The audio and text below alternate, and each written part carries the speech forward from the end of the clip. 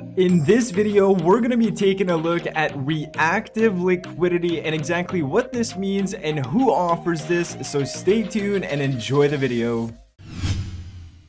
Hey, what's going on, guys? It's Eric here and welcome back to the channel. I hope you guys are having a great day and are doing well. Today we're taking a look at Mero Finance and we're talking about reactive liquidity, and as the name says it, we're talking about liquidity pools, but there are specific actions that you can actually assign to your liquidity pool token and it becomes reactive in certain situations. So we're going to take a look at that, but that's kind of your basic overview of what Mero Finance offers. As we can see, it's still relatively new. Not too many people are talking about this. It only has a TVL of about 400,000. And if we scroll down and just look at the different pools they offer, we have an Ethereum pool, a USDC, USDT, DAI, and Frax. And we see the different APYs as well as how much money is actually in these pools. Now, I just want to bring your attention to DeFi Llama. If we just compare Mero to these other protocols that we currently have out there in terms of Ethereum and providing liquidity on the Ethereum chain, just try to compare what's what and how Mero actually ranks amongst other protocols. We see that for ETH, it is actually number 8 here, providing an APY of about 9.5%, as well as USDC ranked 11th on DeFi Llama with a TVL of about 173,000 and an APY of 8.61. Now, going back to Mero, if we actually dive into what this is and how to actually participate in this, the first thing we need to understand is obviously reactive liquidity. We're going to touch base on that. Then you're going to earn yields because you're providing liquidity into a pool to essentially earn yield, and they're actually using curve and convex strategy in order to generate that yield. Then there's obviously a fee that they are going to charge people for using their reactive liquidity, which is an additional yield to their curve and convex strategies. And they also have a keeper who basically is a bot that generates all of these actions that you assign your liquidity to. Now let's take a deeper look at what reactive liquidity actually means and which actions are going to be available on Mero Finance in order to make managing your liquidity pools a lot easier. Now, it's important to know that you can still provide liquidity to these pools on Mero without having to leverage anything, without putting more risks on your position. But if you're one of those DeFi investors that actually likes leveraging and borrowing funds in order to invest in liquidity pools, well, this is where the reactive liquidity comes into play.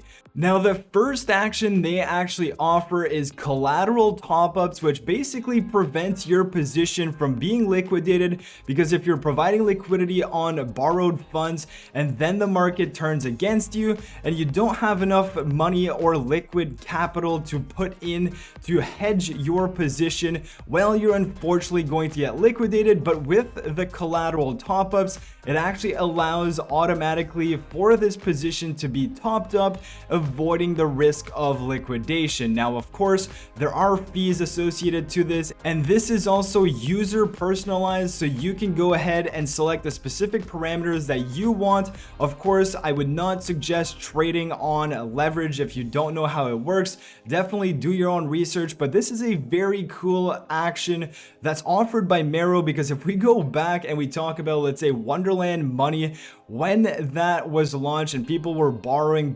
on Magic Money, I believe it was, people got liquidated in a hurry and nobody actually was able to top up their collateral because it happened so fast and people weren't at their screens, and then liquidations just cascaded down and more people got liquidated. But with an action like collateral top up, of course, if you have the funds and if you know what you're doing, this is an option that can prevent people from getting liquidated. Of course, if you're topping up your position, you're putting more capital in it. So understand the risks, but this is still a very good action in my opinion. So for those of you who aren't too sure how liquidation works, it's very simple. Imagine you are a trader, you're opening a long or short position, and this is a leveraged position because you are borrowing funds in order to open this position. And this goes for the same for liquidity pools. You can actually borrow some liquidity in order to provide into a liquidity pool. And this is where the collateral top-ups from Mero and this action comes into play, because if the market moves against your open position, well, if the losses reach a certain value, and that is usually a very clear value depending on your leverage position, if the price hits that, well, wherever you actually borrowed that money from, it is going to liquidate it, meaning it's going to close your position and you are going to be stuck with that loss. So that's liquidation in a nutshell, and the action of collateral top-ups is going to prevent a user from being liquidated, but of course you have to understand the risks because you are still providing more money towards this position.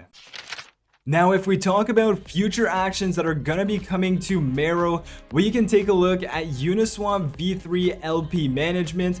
Basically, what this means is that if you're providing liquidity on a Uniswap and then you define a specific range that you don't want your LP to move outside of, well, if the bots on Mero, or what they call the keepers, actually detect that the price has been outside of your range, what's going to happen is that they're going to take your liquidity from Uniswap and they're actually going to move it into one of Mero's yield pools, which is quite interesting because this is actually a way to mitigate some of the losses on another platform. But then once the price is back within the range, the keepers are actually going to move back your liquidity onto Uniswap. So it's kind of interesting because it allows some flexibility within your liquidity pool without you having to go in and do it manually. Now, if we take a look at AMM limit orders, AMM means automated market maker. Imagine you have a limit order that can actually be fulfilled by a keeper, and it can withdraw the required funds from your yield pool and execute the trade on an automated market maker. So imagine you have a set parameter and you're like, okay, I want my liquidity pool to withdraw, let's say 50% once I reach this price. Well, you can set an action and actually take some profits that way, and a keeper is going to be able to do that for you without you having to go in and do it manually. So another great action in my opinion. And then if we take a look at curve imbalance protection, this is basically if the pool becomes imbalanced, the bot can remove the liquidity for you, which can also save you some big losses. Now, we also have a few more. We have limit orders for NFTs, which is also very cool. If you have a specific range that you want to buy an NFT on, you set a price, and if ever that NFT becomes that price, well, it could buy it for you. And of course, they are asking for the community's feedback on potential future actions. If we go into their white paper, there's a lot of information about how it works, the platform fees, all of what you need. So I definitely do recommend going into the white paper and educating yourself more on this platform. But something I wanted to touch on is the DAO component that they are going to have. They are going to be launching a governance token, which is going to be for this DAO that they are creating. And this is all going to be community based. So over time, the decisions are going to be community led, and this is going to be delegated through this DAO. So people are going to be able to get some DAO tokens, which is basically the governance token of Mero. And once that launches, I do believe it's sometime in October, they are also going to launch their actions with it, because right now, if we scroll back up top, these actions are not live yet. So right now it's just providing liquidity like any other platform. But once these actions do come live, they are also going to have a governance token allowing people to vote on specific things regarding this protocol. Now, last but not least, Mero was able to raise 3.5 million back in June from these different partners. Before they were called back, now they are called Mero. And as I said, it is still relatively new, and they are going to be launching their actions when this governance token comes out, and that is supposed to be sometime in October.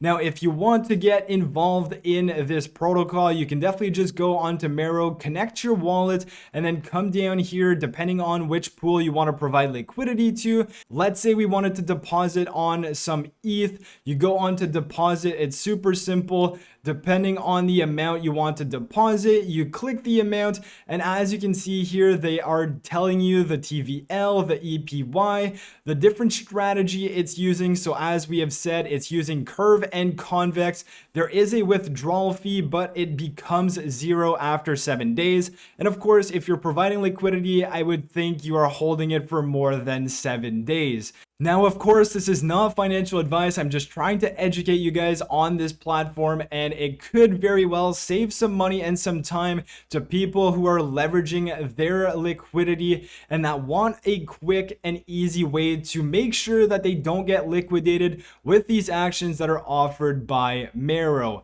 And again, if you're just trying to provide liquidity onto a platform, you are going to be rewarded on Mero because they are charging a fee for all of these actions, and the fees that they generate are going to also be used to uphold this APY for the people who invest in these pools. So that is your overview of Mero and reactive liquidity with the different actions that they plan on bringing to the community. If you want to follow Mero on Twitter, definitely do so. Join their Discord as well if you have any questions. And if you have any questions for me, let me know in the description below. But with all of that being said, I hope you guys enjoyed the video. If you did, smash the like button, subscribe to the channel, and I'll catch you guys in my next video. Peace.